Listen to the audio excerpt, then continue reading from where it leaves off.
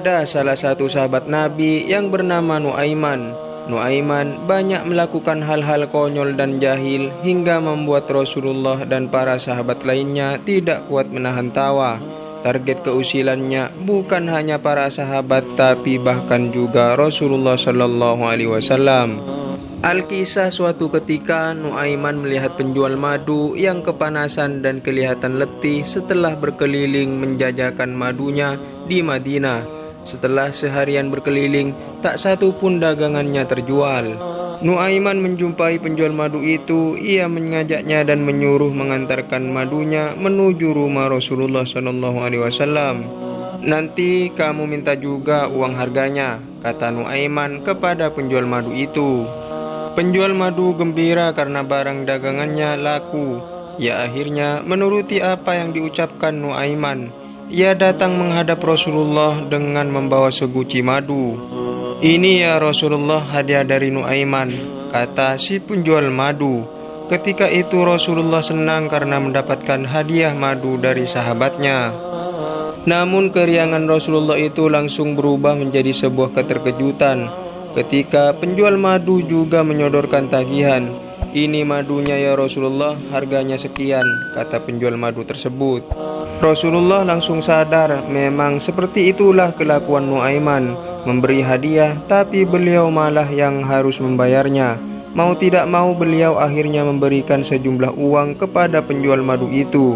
Jadilah Rasulullah mendapatkan hadiah madu sekaligus tagihan harganya. Beberapa saat setelah kejadian itu, Rasulullah memanggil Nuaiman. Ia bertanya kepada sahabatnya itu mengapa melakukan hal itu. Saya ingin berbuat baik kepada Anda ya Rasulullah, tetapi saya tidak punya apa-apa, jawab Nuaiman. Rasulullah lalu tersenyum setelah mendengar jawaban sahabatnya itu. Nabi tidak pernah tersinggung ataupun merasa diremehkan dengan ulah Nuaiman. Tidak hanya itu, ada seorang pedalaman yang sowan kepada Nabi Shallallahu Alaihi Wasallam dan memarkir ontanya di halaman. Lalu sebagian sahabat mengerjai Nuaiman yang tersohor kejenakaannya. Andai kamu sembelih onta itu, maka kita akan berpesta memakannya. Kita pesta daging. Nuaiman pun menyembelihnya sesuai bujukan sahabat. Setelah onta tersembelih, pemiliknya keluar sambil berteriak terkaget-kaget, "Aduh, untaku disembelih ya Rasulullah." Nabi SAW pun keluar dan menelisik siapa yang menyembelihnya. "Nuaiman ya Rasulullah," seru para sahabat. Lalu beliau pun mencari-carinya dan menanyakan keberadaannya, sampai ketemu di rumah Diba'ah binti Az-Zubair bin Abdul Muthalib.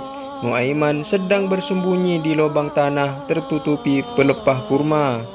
Salah seorang sahabat memberitahukan persembunyian sahabat jenaka ini kepada Nabi Shallallahu Alaihi Wasallam.